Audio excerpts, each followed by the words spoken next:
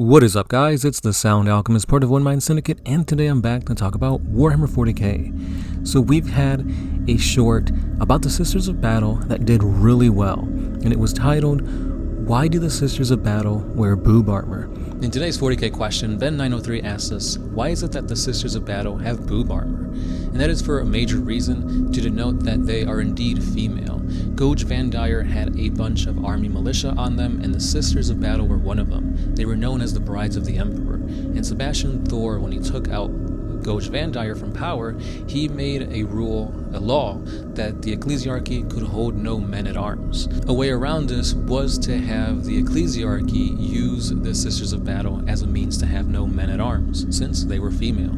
And that answers why they wear this type of corset/boob armor to denote who they are. And you guys just have a lot to say about that short, so I decided to talk more about the Sisters of Battle because, in my opinion, they're one of the most underrated armies in 40k. They basically have everything the Space Marines have: bolter, flamers, power armor, but they fight with a more religious aspect to it. Like, if you look at them, they're all about praising the Emperor. They're essentially the military force of the ecclesiarchy, and after Gouge Van Dyer took control, they actually held off the Space Marines to a standstill. Like, they were evenly matched. They are a very powerful force when it comes to what the Imperium of Man can muster. And today I wanted to talk about another instance of just how badass the Adeptus Sororitas are. So I found an excerpt called Blasphemy of the Fallen that pits the Sisters of Battle against an enemy from a forgotten age. So without further ado, guys, let's go ahead and dive into this lore. Somewhere at the very bottom of this colossal inverted tower waits a great and honored relic. Forgotten by the Imperium for 5,000 years or more, this is the last resting place of one of the most highly regarded crusaders of them all, Saint Mira of the Cobalt Blade, a sister of silence, she who walked at the forefront of imperial consolidation. She had the ear of the Emperor himself, or so the legend says, and this barren and wind-blasted rubble is the place where she finally perished. Only the wind screaming as it shrills through ancient cracks, an incessant, posthumous hymnal from this spiral city's corpse. Rumors scud, billowing in clouds past her vision. They bring suggestions, fragments of dreams. Saint Mira failed in her mission. She was slain by some ravaging monster. She was slain in torment, and she had lost her faith. It is her voice that the city now utters, the disgraced cry of her heresy. The young sister shivers, feeling creeping tendrils of shame. He is with them, even here. And no foolish rumor is going to. Something falls, stopping her thought. A noise that is not the wind. By the throne, she says. Around them, sand shadows flilt like psychic wisps, in and out of visibility. What are they? From her studies, she cannot recall any aspect of the ancient foe that is manifested in dirt. But it is not the enemy. If this is not the enemy, then why this strange sense of presence? Laughter sounds again in the vox, in her ears. Despite her armor, a hot sweat sheets down her back. Saint Mira is still here, heretical and fallen. She defends her final resting place from all those who would disturb her. The great whirlwind is the pull of her null mind, a vacuum threatening all those who walk this way. In his name, I fear no heretic, I fear no witch, I fear no Xenos. With a prayer, the young sister stops herself. This is madness, blasphemous even. She is Adepta Sororita. Such things will not touch her. But the phantoms have not left them. In defiance of the low visibility, Augusta's mind is filling with images, with things that flare like firelight. She thinks she can see these buildings whole, their stations beautiful, their shapes rearing tall from the roadway. With a shudder, she understands, somehow, that she is sitting the city before them, before the crusade, seeing it as it was before the Emperor's light had come. touching it with his blessing. She knows the history. It was taught to them all at the Schola Progenium. Upon many worlds, the Great Crusade did not seek to counter local festivals or celebrations, only to absorb them. That way, the Emperor's grace would be welcomed. But not here. The understanding comes with a shudder, and the images are gone, evaporated like a dream at dawn prayer. In their wake, they leave a pounding headache, but she shuts it away, ignoring the pain and the illusions both. The sisters are almost at the bottom of the bore. Halt, Veratus says. This building is indeed a tomb. Their suit lights slide over its walls, all studded with black-eyed skulls. Between these carvings linger, but there are no sacred beings. They are symbols like the ones on the seal, things the sisters have never seen. Veratus prays, her voice a quiet thunder of strength. Augusta is not sure if they have violated this place, disturbed the holy rest of St. Mira, or if this is something else, something sacrilegious. In her mind's eye, a figure, female, armored, a great crest on her helm. Where she walks, she brings agony by her very presence, and the city's spiral residents retreat from her, in waves of fear and panic. In some ways, the city itself seems to almost be in pain. People are screaming with denial and loss. More than one, as the armored figure approaches them, jumps from the edge. They howl all the way down. But there is something else, something mustering to face her. Do not think of it, Veratus cuts her off, lest your thoughts stray to sacrilege. In her sister's words, Augusta hears it clearly. They are seeing and feeling the same things, these creeping illusions of the past. It's almost as if they can see St. Mira's death, her murder, her incarceration, in the very depths of this spiral. She and Lucienne pray, for the squad and for the fallen sister of silence that they carry. But the crawling feeling of presence do not leave them. Whatever lies buried here, they have turned their backs upon it, and Augusta does not like the sensation. Her fear is more physical, visceral, and almost nauseating. It feels less like being followed and more like actually having something in her armor, mites or tentacles creeping all over her flesh. Figments of nightmares haunt her, twisting up from the drop. The voices in the Vox seem to whisper to her, calling her name. Come to me, they say. Follow me. All you have to do is jump. Jump. Jump. Sing with me, my sisters, Veratus says, her voice like steel. From the lightning and the tempest. They sing. But even the battle hymn cannot keep the phantoms at bay. The illusions are still whirling, spinning like wind. St. Mira stands at the bottom of the city, facing some bloated, discolored human, a mass of ruptured flesh. Her emptiness is manifest like some dark singularity, and it causes the wind, turning and turning, sucked down by her soullessness. Augusta finds her hands cramping. Something in her does not want to touch this coffin, is becoming more and more convinced that the saint herself. Lucienne drops the coffin, not able to continue on. The squad's discipline begins to break down, and Veratus gives them a hint of what they're facing. What do you see? The saint, Augusta answers. She faced some creature, some aspect of the enemy. Lucienne nods, empathetic but unspeaking. She's rubbing her gauntlets down her thigh, as if trying to clean them. It is not the foe, says Veratus, both order and warning, and it is placing great pressure on your minds and your faith.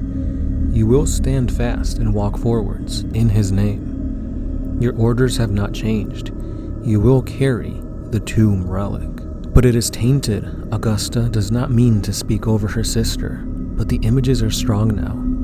In her head, she can still see the bloated, sickly figure. Perhaps he had been a man once, but he is a human no longer. And through him, she can see something else, something roiling with power, horror, and atrocity. with colors impossible. It invades her mind, her heart. She shudders, trying to push it away. There is something down there, sister, something that was stronger than Saint Mira. Clear your mind, Augusta. Veratus' order is a snarl. The only strength here is that of the God Emperor, he who punished this city, he who... Sister Myra failed. She could not face the terror, Lucienne says. It broke her. What if what we carry is... Fastening her weapon, the Sister Superior takes 2 steps forwards and rams one hand into Lucienne's breastplate, slamming her back against the wall. In his name, sister, how dare you? You presume to utter such heretic falsehoods in his very presence? It is not falsehoods, Augusta. Propelled by some absolute lack of either sense or discipline, catches the Sister Superior's shoulder and tries to spin her around. That seal, it conceals some monstrosity, something nameless, both ancient and terrible. Veratus turns, backhanding Augusta across the side of the helm. It cannot hurt her, but the young sister's ears sting with sudden shame. At them both, the Sister Superior bawls, "Pick up the relic," and Lucienne bellows, "No." For a moment, there is absolute stillness. Even the wind seems to have dropped. In her head, Augusta can see the seal, or gravestone, is breaking. She can see the light, the yellow nacre, as it pours forth from the crack. Leona says, "It's coming." The yellow light is now growing brighter, and it's not just from the nacre, it's from the cultists. There's something more here. The ruined chapel is flooding with it. The cultists gibber and caper, laughing as it rises. They lift their drill hands to honor it, and it sparkles from the tools that they bear. Sister, what do you intend? Veratus tightens her grip on the heavy bolter around her. She has half a belt of ammunition, and without a word, Emlyn takes the second belt from about Leona's shoulders and drops it around Veratus' neck, almost like a blessing. "Go with his grace," she says. They are almost to the top of the spiral when they finally hear Veratus' death cry. They have heard her fight, heard the rage of her heavy bolter, heard the hymnal in the vox, sung it with her, but her cry of unendurable physical agony makes the 4 of them stop in their tracks. "In his name." Across the vox, Veratus' shriek is her final prayer, her last words. "Saint Mira will not fall to your corruption, and neither will we. We are the daughters of the Emperor. We are the Rose. We are the Executioner, and we say, you do not belong here." Her roar ends in a terrible rumble of stone. The yellow light thins, fades, and snaps out, as if somebody had flicked on a switch. In the vox, her voice cuts dead. Augusta lets out a breath, shakily. What did she? She gave her life, Leona answers. Trapped herself with the creatures here. Flickers of illusions pass across them, and then gone. Sister Mira, the whirlwind she summoned, a great psyker, robed and powerful. And then something else, something entirely inhuman. Something half-seen and writhing with obscenity. Floating, it attaches itself to the robed figure, all tentacles, and one single eye. And then it's gone. Only the seal remains, once more silent and cold. Above it, the great whirlwind still turns. So this is a pretty interesting excerpt. We see a few Sisters of Battle going into this basically inverted tower to go and reclaim the tomb of a fallen sister. And as they're going deeper and deeper, the warp, and I guess you can say the cultists that are praising something sinister in here, are kind of playing mind games with them. They're kind of getting this unshakable feeling of dread, and they're also getting visions of the past of Sister of Silence fighting against some warp creature. And the deeper they go into this cavern, the more they begin to lose their faith, the more they begin to question what is reality, what is going on here. and they do get ambushed by cultists. One of the sisters stays back as they finally reclaim the tomb, and she basically gives her life so that the rest of the sisters can take this holy relic back to the Imperium. And as they're doing this, this being of ancient disaster is kind of mocking them. So at the end of the day, it's like, what exactly is this ancient being? It could be a demon of Zeech, since it does have tentacles and like otherworldly colors and stuff like that. But at the same time, it could also be the ancient Xenos known as the Enslavers. So at the end of the day, it really goes to show you that the galaxy is such a huge, dark, mysterious place, and you never know what exists in these dark corners of the galaxy. The sisters have their faith, but is that enough? Is discipline enough when you're getting besieged by horrors of the warp, or even the heretic themselves, which could be the person standing right next to you? So all in all, I really do enjoy these little pieces of lore that kind of don't really go in the mainstream of what 40K is. Like when you think of 40K, you think, oh, Space Marines fighting against, chaos or Tyranids, and it's this big grand thing. But there are also other, forces of the Imperium fighting wars that never get shown to light.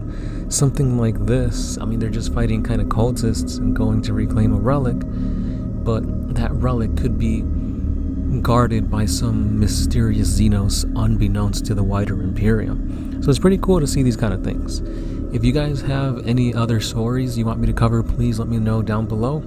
And as always, if you guys like what we do here at One Mind Syndicate, you can help support us with a super thanks, or by pledging on our Patreon, or simply liking, commenting, and subscribing, sharing this video to all your friends, because that really does help the channel grow. And yeah, that's all I got for today, guys. As always, it's been the Sound Alchemist, part of One Mind Syndicate, and I'll see you guys in the next one. Peace.